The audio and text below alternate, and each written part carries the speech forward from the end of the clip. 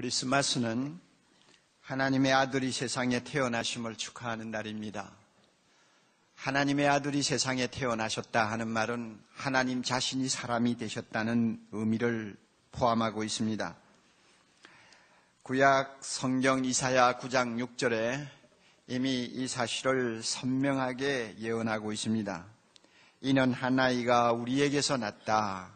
한 아들을 우리에게 주셨다. 그런데 그 아들의 이름이 뭐냐? 영원하신 전능하신 하나님이시다. 이렇게 말씀을 합니다. 그러니 아기가 태어났어요. 그런데 그 아기의 이름은 전능한 하나님이에요. 하나님 자신이 사람이 되셨다는 것을 가르쳐 주는 것입니다. 또 이사야 7장 14절에 보면 좀 더 구체적인 이야기가 나옵니다. 그 말씀 보면 보라 처녀가 잉태하여 아들을 낳을 것이요. 아들을 낳는다고 해서요. 그리고 그 이름을 임마누엘이라고 하라고 했습니다. 임마누엘은 하나님의 이름입니다. 우리와 함께 계시다 하는 하나님의 이름이에요. 그러므로 임마누엘인 아기가 처녀를 통해서 태어납니다. 그 아들은 하나님이세요. 이 예언을 성취하기 위해서 하나님께서는 나사렛에서 살고 있는 마리아라고 하는 처녀를 주목하셨습니다. 그는 이미 정혼할 나이가 되어서 요셉이라는 청년과 약혼한 관계에 있었습니다. 하나님께서는 그 처녀를 선택하시고 오래전부터 예언하신 대로 하나님이 사람으로 태어나는 그 일을 위해 그 처녀의 태를 하나님께서 사용하시기로 작정하셨습니다. 그리하여 성령으로 잉태된 예수 그리스도가 마리아를 통해서 이 세상에 오신 것입니다. 여러분, 하나님이 사람이 되셨다는 소위 성육신, 그리고 하나님이 사람으로 오실 때 처녀의 몸에서 탄생하셨다 하는 소위 처녀 탄생 문제, 이것은 우리 인간으로는 도무지 이해할 수 없는 불가사의의 사건입니다.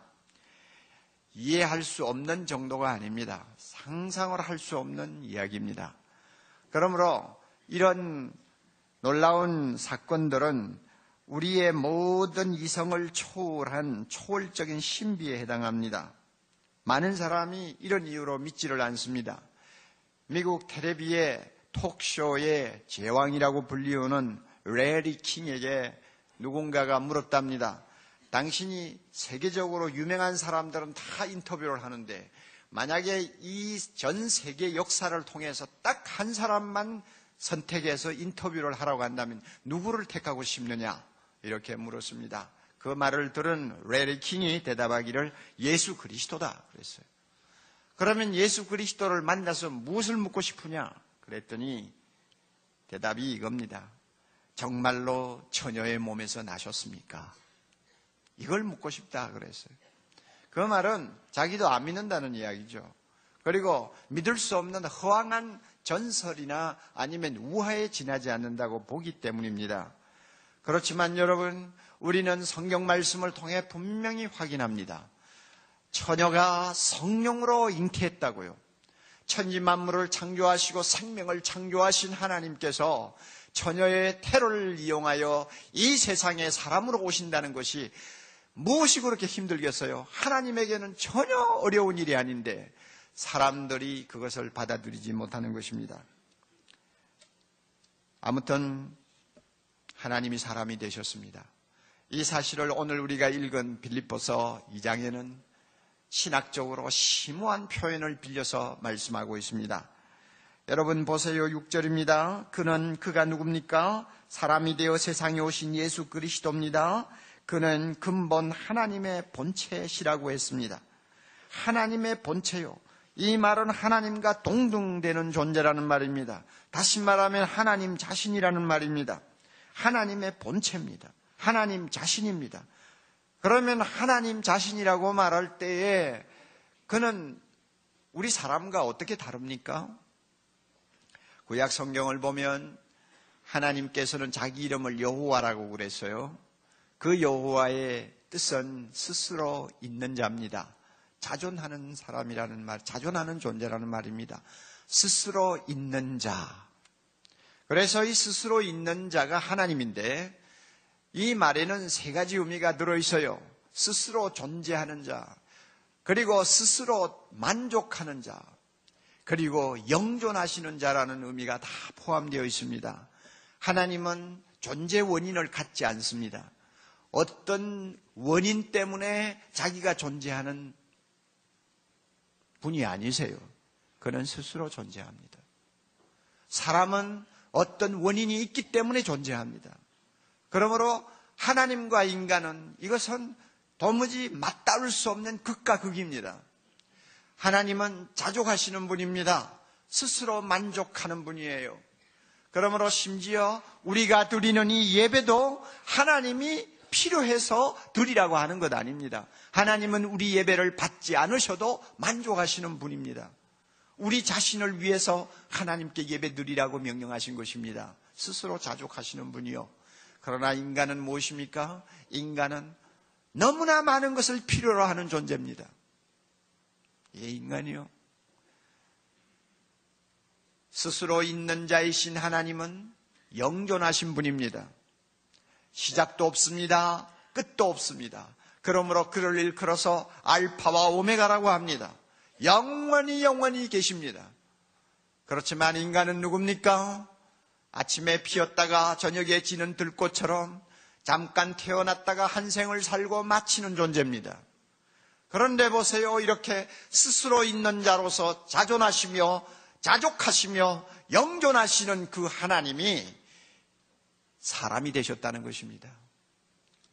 여러분, 이 사실을 놓고 우리는 마음에 어떤 감동을 느끼지 아니할 수가 없습니다. 스스로 사람이 되시기 위하여 주전산형경 어느 날을 선택해서 그는 세상에 오셨고 처녀의 몸을 빌려 탄생하셨습니다. 완전한 하나님이시면서 완전한 사람으로 세상에 오셨습니다. 신성으로는 하나님과 동체요, 인성으로는 사람과 동체인 존재로 오셨습니다.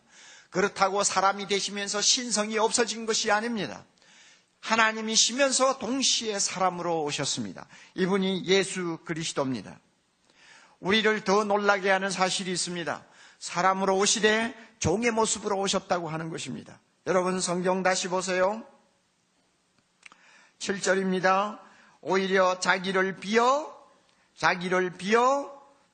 다 같이요, 종의 형체를 가져 사람들과 같이 되었습니다.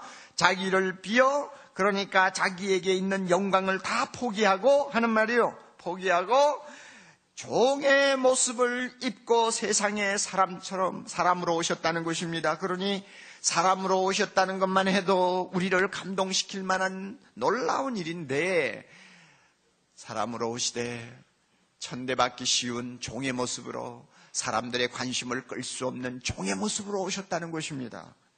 이분이 바로 예수 그리스도입니다.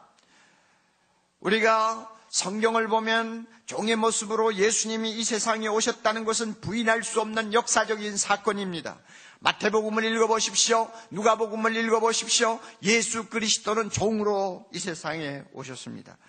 종으로 오셨기에 그는 악취가 진동하고 양노의 배설물이 여기저기 흩어져 있는 마구간 구석에 놓여있는 차갑고 단단한 말구유를 그는 만족스럽게 생각하시고 자기 몸을 누이셨습니다.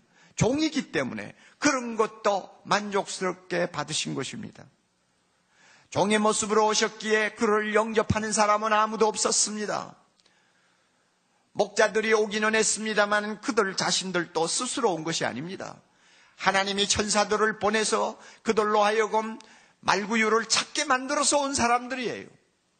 얼마 후에 박사들도 찾아왔습니다만 그들 스스로가 걸어온 사람들 아니에요.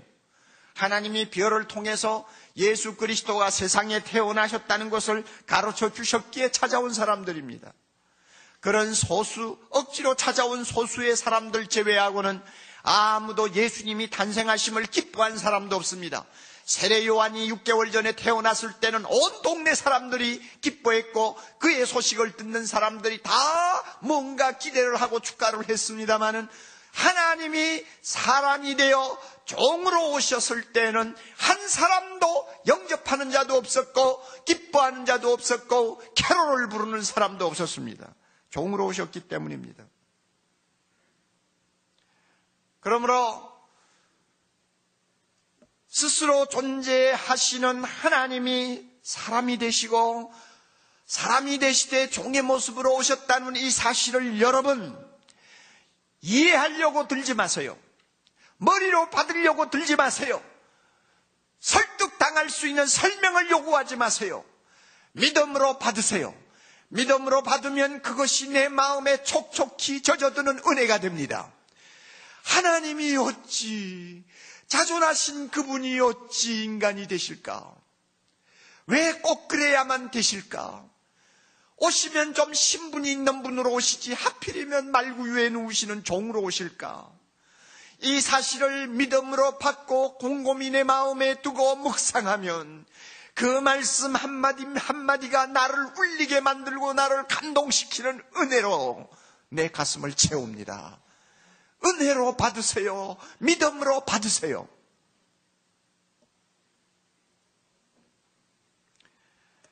이와 같은 놀라운 은혜에 믿으면 믿을수록 감격스럽고 가슴이 뜨거워지는 이 은혜 속에 담겨있는 몇 가지 사실을 좀 더 생각해 보려고 합니다. 첫째로요, 사람이 되신 예수를 보면 우리와 똑같은 감정을 가지신 하나님을 보게 됩니다. 사람이 되신 예수님을 보면 우리와 똑같은 감정을 가지신 하나님을 보게 됩니다. 감정을 가지신 하나님, 여러분 상상을 할 수 있나요? 저 하늘 높은 보좌에 계시는 하나님에게 어떤 감정이 있다고 여러분 우리가 생각합니까? 서로 어떤 감정이 있다고 해도 그 감정이 우리하고 어떤 맞닿는 선이 있습니까? 없어요? 그러나 베들레헴에 탄생하신 하나님 예수 그리스도는 우리와 똑같은 감정을 가지고 찾아오신 하나님입니다. 프린스턴 신학교에서 그리고 웨스트민스터 신학교에서 교수로 계시던 유명한 신학자 비비 와필드가 이 사실을 아주 강조했어요. 사람이 되신 예수님에게 우리가 찾을 수 있는 독특성 하나는 감정이다 그랬어요. 감정. 보세요 여러분, 사람이 되어 세상에 오신 예수님, 자기를 따르고 추종하는 수많은 군중들을 보실 때 그는 연민의 정을 이기지 못했어요. 불쌍히 여겼습니다. 목자 이런 양같이 방황하는 그들의 모습을 볼 때 그 가슴이 안타깝고 불쌍해서 견디지를 못했습니다. 예수님은 감정을 가지신 하나님이요, 그 불쌍히 여기시는 감정을 오늘 우리를 향해서 갖고 계신다는 거 여러분 믿으십니까? 나를 보실 때 불쌍히 보세요. 사랑하는 나사로가 죽고 나서 그 가족들이 울며 통곡하는 모습을 보실 때 주님은 그 눈에 눈물이 흘렀습니다. 슬퍼하셨어요. 슬퍼하시는 하나님, 상상이나 할 수 있어요? 예수님 아니면 슬퍼하는 하나님이라는 이미지를 여러분 우리 마음속에 떠올릴 수 있습니까? 그러나 예수님한테서 우리는 슬퍼하는 하나님을 보게 됩니다. 내가 잘못됐을 때 슬퍼합니다. 내가 고통에 빠져 다 통곡하고 있을 때 그는 슬퍼합니다. 수가성의 여인이 예수님을 믿고 나서 너무 기뻐가지고 물동이를 던져버리고 마을로 막 달려갈 때 그를 지켜보던 예수님의 가슴에 기쁨이 솟구쳤습니다. 기쁨이 넘쳤어요. 우리 예수님 기뻐하셨습니다. 오늘도 예배드리는 우리 모두를 보시고 주님은 기뻐하실 것입니다. 할렐루야. 우리 하나하나가 두 손 들고 주님 앞에 나오는 모습을 볼 때 주님은 기뻐하십니다. 기뻐하시는 하나님.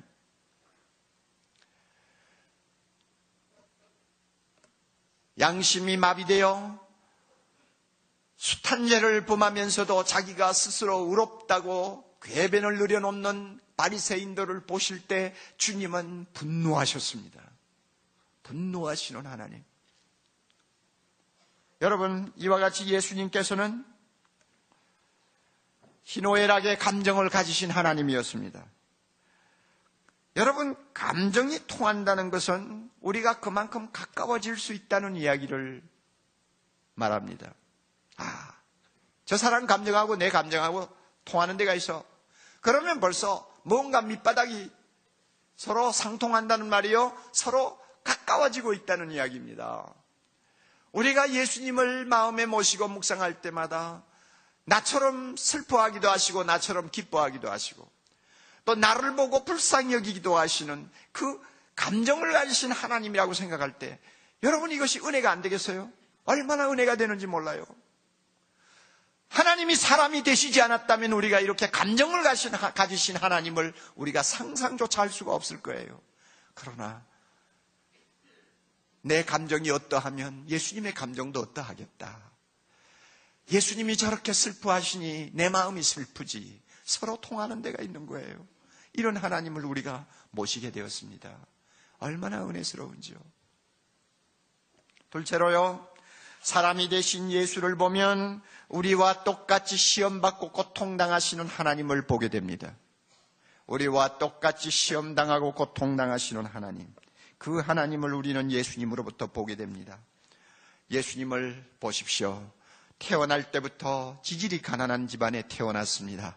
가난하면서도 식구는 많습니다. 여러분, 흥부집이나 다름이 없는 그런 집안에 태어났어요. 끼니마다 걱정을 덜어놓을 수 없는 각박한 상황에서 예수님은 청소년기를 보내셨습니다. 그리고 나중에 그가 복음을 들고 일하실 때에도 얼마나 굶으셨는지요. 얼마나 날마다 부족한 것이 너무 많아서 애를 태우셨는지요. 이런 생활을 하셨어요. 가난을 아시는 하나님, 상상이나 할 수 있습니까? 나처럼 가난해지신 하나님 상상할 수 있어요? 예수님은 천대와 멸시를 당하셨습니다. 잘못한 것이 하나도 없음에도 불구하고, 천대받을 어떤 이유를 가지고 있지 않음에도 불구하고 사람들로부터 고의적인 천대를 받으시고 멸시를 받았습니다. 이런 고통을 아시는 하나님, 바로 예수님입니다. 그러므로 내가 고통당할 때, 내가 가난할 때 그분은 내 가까이 계시는 것을 우리가 느끼는 것입니다. 만약에 예수님이 이 고통, 인생이면 누구나 당하는 이 가난의 고통, 배신의 고통, 멸시의 고통, 나중에는 죽음의 고통, 이 모든 고통을, 인간이 당하는 이 모든 고통을 우리 하나님이신 예수님이 모르고 계신다면 아마 우리하고 그분 사이는 상당한 거리가 있을 거예요. 그런데 예수님은 친히 사람이 되셔서 그 모든 것을 다 맛보셨어요. 그러므로 나를 압니다. 고통당하는 나를 이해합니다. 내가 슬퍼할 때 왜 슬퍼하는지를 아십니다. 내가 눈물을 흘리며 그를 찾을 때 왜 자기를 찾아오는지 알고 계십니다. 다 알고 계세요. 내가 외로워서, 내가 버림받아서, 내가 배신당해서 어찌할 바를 모르고 안절부절할 때 그분은 내 곁에 계십니다. 왜? 그분은 당해보셨으니까요. 이런 예수님이기 때문에 우리가 어떤 고통을 당할 때나 우리가 슬픔을 당할 때, 시험을 당할 때에는 나도 모르게 예수님에게로 달려가고 싶은 충동을 느낍니다. 뭐 때문에 그분에게 달려가려고 합니까? 왜 그분의 이름을 부르려고 합니까? 왜 그분의 옷자락을 잡고 늘어지려고 합니까? 그분에게 가면 그분이 나를 다 아신다고 믿기 때문입니다. 내가 당하는 고통, 내가 말하지 않아도 그분은 다 아신다고 믿기 때문이에요. 그러므로 내가 그분을 찾는 거예요. 고통을 아시는 하나님. 이분이 사람이 되신 예수님입니다. 며칠 전에 제가 교회당으로 들어왔습니다. 아무도 없는 줄 알고 들어왔더니 2층에 어떤 부인이 앉아서 혼자 기도하고 있었어요. 그분에게 방해를 하지 않기 위해서 조심조심 살금살금 걸어서 제가 안에서 좀 볼일을 보고 나가려고 하는데 그 부인이 저를 봤나 봐요.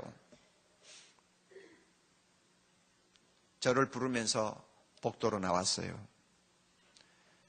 한 40대 초반의 젊은 부인이었습니다.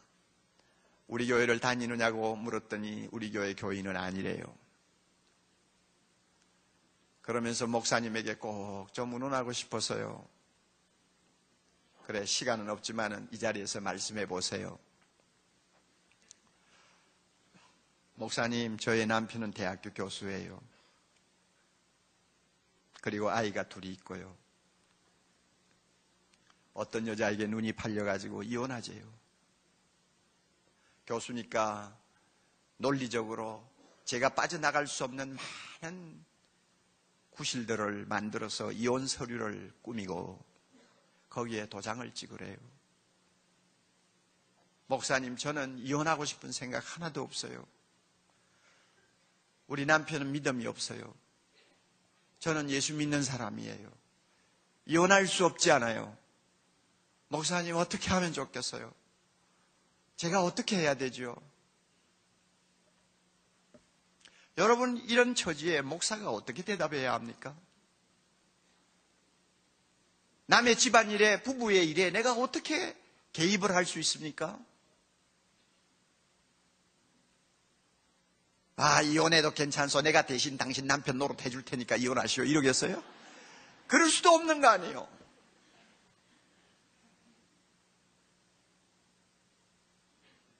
제가 그랬어요.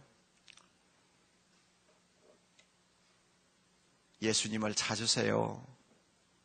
예수님은 압니다. 부인의 모든 형편 다 하세요. 예수님 찾아 그분에게 간절히 기도하세요. 다른 대안이 없어요. 그분에게 매달려 보세요. 그러면 때가 되면 해결해 주실 거예요. 한번 이런 사건이 일어나면 하루아침에 문제 해결이 안 돼요. 아마 부인은 앞으로 몇 년 동안 십자가를 지고 고통을 해야 될지 모릅니다. 그러나 낙심하지 마세요. 그동안 예수님만 열심히 찾으세요. 그분은 부인이 왜 그 고통 때문에 눈물을 흘리고 있는지 다 알고 계세요. 그분에게 기도하세요. 여러분, 이 말 외에 할 이야기 어디 있어요? 그리고 이것만이 가장 완전한 대답입니다. 감사하게도 그 부인은 목사님 알겠어요 하고는 떠났습니다. 고통을 당하신 하나님, 고통을 당해보신 하나님이 아니라면 우리가 나의 고통을 가지고 그분을 만나려고 하는 마음이 생길까요?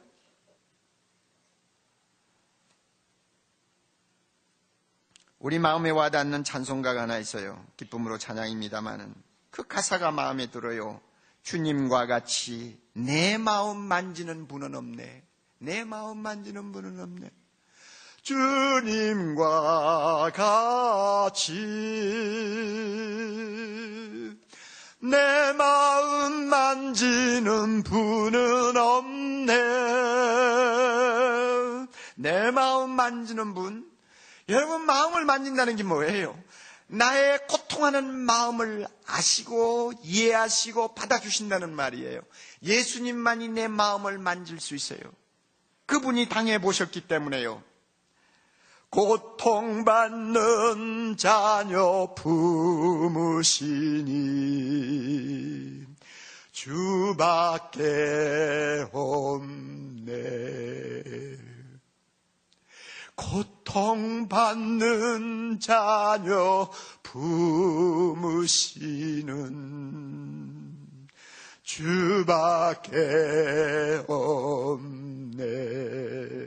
고통당하는 모든 사람을 받으십니다. 품으십니다. 왜? 그가 바로 고통당하신, 시험받으신 하나님이시기 때문입니다. 할렐루야. 셋째로, 사람이 되신 예수를 보면 우리의 인간됨의 소중함을 일깨워주는 하나님을 보게 됩니다. 우리의 인간됨의 소중함을 깨우쳐주는 하나님을 보게 됩니다. 중세기에 위대한 신학자가 하나 있었습니다. 안셀름이라고 하는 신학자입니다. 이 신학자가 지적을 했어요. 하나님이 사람이 되신 것은 하나님이 인간이 얼마나 가치 있는 존재인가를 입증해 주기 위해서다. 이런 말을 했어요. 왜 하필이면 사람이 되시나? 짐승이 될 수도 있는데 왜 하나님이 사람이 되셨나? 천사가 될 수도 있는데 왜 하나님이 꼭 사람이 되셨느냐? 그 이유는 인간이 그만큼 하나님 앞에 소중하고 존귀하다는 것을 스스로 입증해 보여주셨다는 것입니다. 저는 이와 같은 견해에 공감을 합니다. 우리가 하나님의 손에서 만들어질 때는 나름대로 참 괜찮은 존재였죠. 하나님의 형상을 우리가 가지고 있었기 때문에 사람이면서 하나님 같고 하나님 같으면서 사람 같았죠. 그러나 우리가 죄를 범하고 타락하자마자 이 그 좋은 하나님의 형상이 형편없이 쇠잔해 버렸어요. 그래서 우리는 하나님을 닮았다기보다는 마귀를 닮은 사람처럼, 우리는 어떤 면은 동물을 닮은 짐승을 닮은 존재처럼 그냥 타락해버리고 말았습니다. 그래서 우리가 사람을 볼 때도 어떤 때는 사람이라는 게 도대체 뭐냐 하고 우리 나름대로 고민을 할 때가 있잖아요. 여러분, 짐승하고 뭐가 틀려요? 날마다 먹고 마시고 배설해야 사는 거. 짐승하고 똑같죠. 우리는 뭐 옷을 입고 뭐 대단하게 거드름을 피우고 뭐 반지를 끼고 뭐 머리를 요란하게 이루고 가고 다니지만 따지고 보면 뭐 짐승이지 그게 뭐요? 그렇잖아요. 얄팍한 영성과 얄팍한 도덕성 하나 빼버리면 뭐 짐승과 뭐가 달라요? 그렇잖아요. 뭐 암수 짝을 지어가지고 뭐 후손 남기는 것도 똑같죠. 뭐가 뭐 짐승이나 사람이나 뭐 다른 게 뭐가 있어요? 그렇잖아요.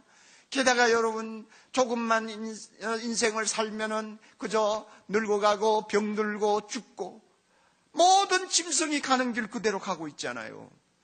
그거보다 더 흉측한 거, 짐승이라도 인간만큼 잔인하고 악한 거 없잖아요. 세상에서 가장 잔인하고 악한 거 인간 아니요. 그런 인간 뭐가 볼 게 있어요? 그렇잖아요. 평생 어쩌다가 가난을 한번 십자가로 지면 그 가난에서 벗어나지 못하고 온갖 고생 다 하다가 인생을 마치는 사람들, 지도자 잘못 만나고 나라 잘못 만나면 평생 노예처럼 살다가 한 생을 마치는 무고한 백성들 우리가 볼 때마다 인간이 뭐냐? 도대체 인간에게 무슨 가치가 있느냐, 무슨 존엄성이 있느냐, 우리 스스로 회의에 빠지잖아요. 그래요. 그러나 하나님이 사람이 되셨다는 이 사실 때문에 우리는 우리 마음속에 있는 회의를 몰아냅니다. 우리에게 있는 비관론을 씻어내버립니다. 그리고 사람을 보는 눈이 달라집니다. 다른 눈을 가지고 우리 인간 하나하나를 보게 됩니다. 하나님이 사람이 되셨다. 얼마나 사람이 존중한 존재이기에 하나님이 사람이 되셨을까? 바로 이것을 우리가 생각하게 되는 것입니다. 하나님의 눈에는 짐승과 별 다를 것이 없어 보이는 인간을 예수님처럼 고귀한 존재로 보시는 것입니다. 하나님은 비록 악하고 더럽고 천하다 할지라도 예수님처럼 특별한 존재로 보시는 것입니다. 왜? 예수님이 사람이 되셨기 때문입니다. 그래서 인간됨의 중요성, 인간됨의 가치를 우리가 다시 한번 발견하게 되는 것입니다. 예수님을 통해서요. 필립 얀시라고 하는 사람은 지금 한참 뜨고 있는 미국의 아주 탁월한 기독교 저자입니다. 그 사람이 우화를 하나 만들어냈어요. 큰 천사와 작은 천사의 대화라고 하는 우화를 만들었는데, 그거 보면 뭔가 우리에게 주는 메시지가 있어요. 작은 천사가 큰 천사를 보고 물었답니다. 아, 우리의 영광스럽고 존귀하신 위대하신 왕 그분께서 5번째로 작은 저 행성 지구에 내려가셨다는 말입니까? 도대체 뭘 하기 위해서 그리로 가셨다는 것인가요? 하고는 도무지 납득이 되지 않는다는 눈초리로 큰 천사를 보고 물었습니다. 그리고 또 한마디 보탰습니다. 아, 정말 그분께서 저기 떠있는 지구의 하찮은 존재들처럼 엉금엉금 기어다니는 피조물이 되셨다는 말인가요? 도무지 이해가 안 된다는 말투였습니다. 그 말을 들은 큰 천사가 대답했습니다. 그래, 맞았어. 그분은 그리로 가셨어. 그런데 그분 같으면 내가 말하는 식으로는 말씀하지 않으실 거야. 지구상에서 엉금엉금 붙어 기어다니는 피조물이라고? 주님은 그렇게 멸시하는 투의 말은 하시지 않을 거야. 그러나 주님은 그리로 가셨어. 왜 그런가 하면은 우리가 이해를 할 수는 없지만 그분은 저 지구에 있는 그 엉금엉금 기어다니는 피조물을 무척 사랑하신다네. 그리고 그 사람들을 자기와 똑같이 닮은 존귀한 존재로 높여주려고 하는 큰 목적을 가지고 그리로 내려가셨다네. 작은 천사가 그 말을 이해할 리가 없죠. 눈만 멀뚱멀뚱하면서 큰 천사를 보고만 있었다고 합니다. 그래요. 엉금엉금 기어다니는 하찮은 짐승과 같은 인간을 하나님이 자기처럼 높은 존재로, 존귀한 존재로 받들어 세우기 위해서 사람이 되어 오셨습니다. 그러므로 사람이 되신 예수님을 볼 때마다 우리는 우리 하나하나를 보는 눈이 달라집니다. 못생겨도 존귀한 존재입니다. 가난해도 존귀한 존재입니다. 죄를 범해서도 존귀한 존재입니다. 실수해서 사람 대접 못 받는 존재라도 그는 하나님 앞에 귀중한 존재라는 사실을 우리는 보게 됩니다. 왜? 하나님이신 예수님이 사람이 되어 오셨기 때문입니다. 얼마나 큰 은혜인지요. 네 번째로 사람이 되신 예수를 보면 허물과 죄로 죽은 우리를 살리시는 하나님을 보게 됩니다. 우리 모두는 허물과 죄로 죽었습니다. 우리는 허물과 죄로 영원히 죽었습니다.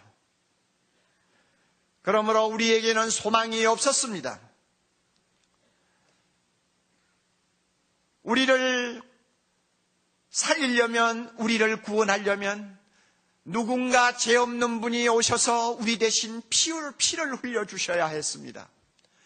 피 흘림이 없이는 죄 사함이 없느니라 하나님이 만들어 놓으신 영원한 영적 원리입니다. 피 흘림이 없이는 죄 사함이 없느니라. 그 피도 의인의 피라야 합니다. 누가 우리를 대신하여 피를 흘려줄 의인이 있습니까? 피를 흘리려면 하나님은 불가능합니다. 하나님에게는 피가 없습니다. 그에게는 육신이 없기 때문이요. 그러므로 의인으로서 피를 흘려주려면 몸을 가진 하나님이어야 합니다. 누가 몸을 가진 하나님이십니까? 어디에 가서 그런 분을 찾을 수 있습니까? 서로 찾았다고 할지라도 우리가 가서 얼마만큼 손을 비비어야 그 사람이 나를 대신해서 죽어줄 수 있을까요? 불가능한 이야기요. 우리로서는 해결받을 수 없는 난제예요. 난제요. 그런데 놀랍게도 우리 예수님이 스스로 자원해서 내가 가마, 내가 사람이 되마, 내가 피를 흘리마, 내가 죽어주마, 내가 너희를 살려주마 하시고는 이 세상으로 오신 것입니다. 할렐루야.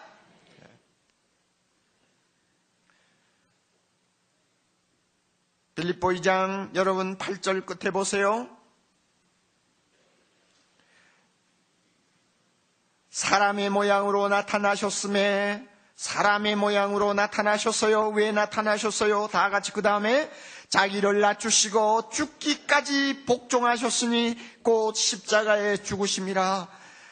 우리를 위하여 스스로 피 흘리기 위해 사람이 되셨고 피 흘리는 의인이 되시기 위해서 하나님이시면서 사람이 되셨습니다.